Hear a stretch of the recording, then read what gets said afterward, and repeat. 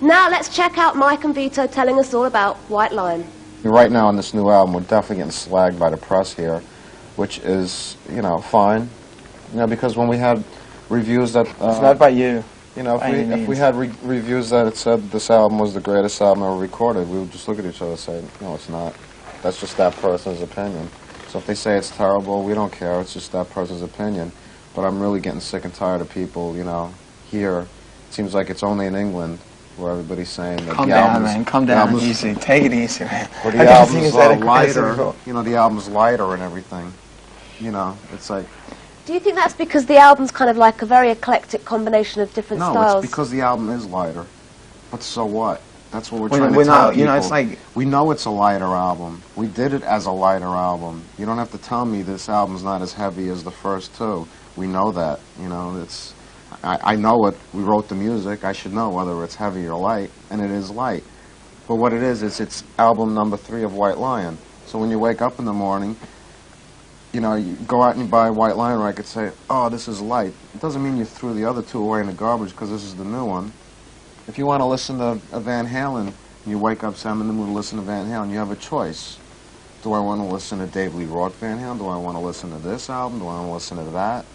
You know, you wake up, say, I want to listen to whoever, Elton John. Do I want to listen to his ballads? Do I want to listen to this?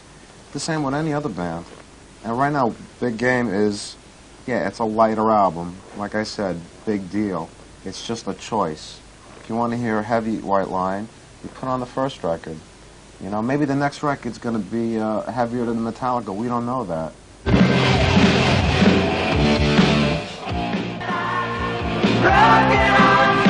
I think what happened was really that we got the, like, a kind of underdog image first. Like, it's almost like people feel sorry for us, you know. It just came out through Europe first, so therefore it was not this big American flash coming suddenly.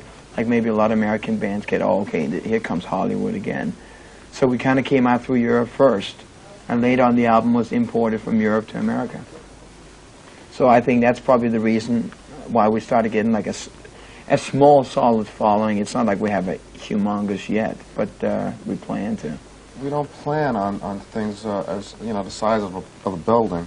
You know, a kid is a kid. You know, the same kid that's sitting in the front row in the marquee is going to be the same kid sitting in the front row at Wembley. You know, it doesn't matter. The kid doesn't change when the building changes, so it doesn't bother us if it's 400 people one night, 20,000 the next night. You know, the only thing that changes is the luxury of a big dressing room or small dressing room, but the kids are the same. They still rock out. They don't act any differently. At the same time, you cannot go down it. You are only music there. You do not have a show. You have no gimmicks. You can't throw, you know, like pyros. Not that we use pyros or anything like explosions, stuff like that.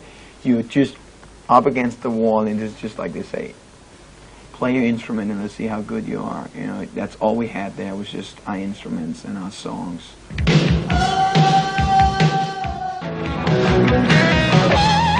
By the time we played the Marquee, we had never really, we did tour like a month and a half with Kiss, so we got a taste of the big arenas, and it was a nice taste. But it was not like we had forgotten the clubs, because when we came to Europe for the first time, we did do clubs, and it was a place where we worked best. It's, you know, and we still preferred being very close to the audience, as sometimes when the barricade is just like too far away, and it does not matter how good you are, you just completely lose the audience because it's just too far away. You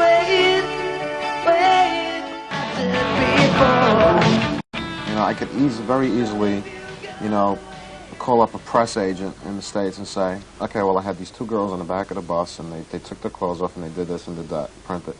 You have to take care of it. Okay, yesterday I threw my TV out the window. Print it. You know, filtering all this stuff out.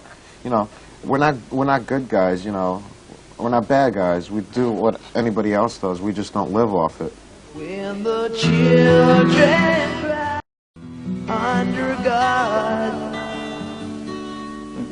Oh, I got long hair, I wear a leather jacket, you know, like I sleep till 2 o'clock.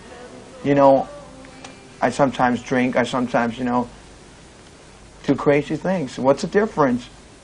When I go home, I care about where I live, I care about the water I drink, and I care about nature, I care about life. What's the first thing you complain? What if somebody dumped 20 tons of nuclear waste in your backyard? Didn't matter if you're into Guns N' Roses or Frankie Goes to Hollywood, you're still going to complain. The thing is that everybody's so afraid of the image and stuff like that, and we're just not jumping on the bandwagon. We're just not afraid. We don't write a song and say this can't be White Lion. That's why there's different styles of songs. It doesn't matter how cool you are, how many tattoos you got, or how much Jack Daniels you can consume. You still cannot disagree with people destroying the earth that we're living on, and you sure cannot say, I cannot support an organization that helps, or at least tries, which the song Little Fight is about. It's dedicated to Greenpeace in memory of the loss of the Rainbow Warrior. Are you crying tonight? I didn't really feel like putting a stupid song, an unfinished song on a B-side just to throw it out there, because the kid's still going to listen to B-side. So I just decided we're not going to write a song for this B-side that we need. So I said, let's do a cover tune. And Mike just turned around and said, let's do Radar Love. And we all love the song, so. And that's why, within a week it was learned, rehearsed, and put on the record. And then when we listened to it, we said, this came out good. This should be on the album and not just for a single. So we still need that B-side.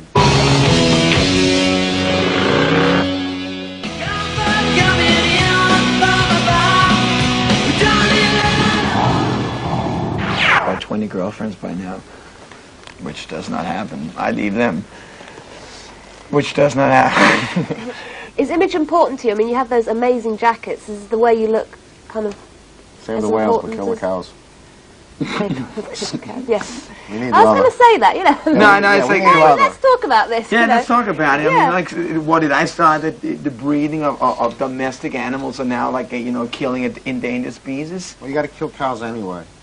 To get I don't even start with that. I mean, like, they've done that for millions of years almost, And that people take all this Greenpeace and this ecology and this endangered species too serious or sees it the wrong way. I mean, I think there's a difference between, killing one of the 5 last blue whales or one of 1 trillion cows, so people can have hamburgers and stuff like that.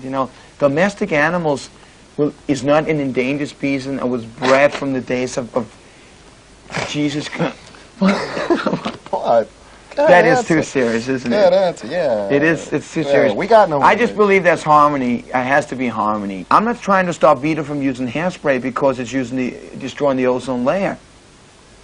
But whatever I believe in there's still has to be harmony. There's difference between dumping nuclear waste into the ocean. We have to start somewhere, and we cannot start with the hairspray that Vito uses. We have to start with the bigger things. What about the underarm deodorant you use? It's non-aerosol.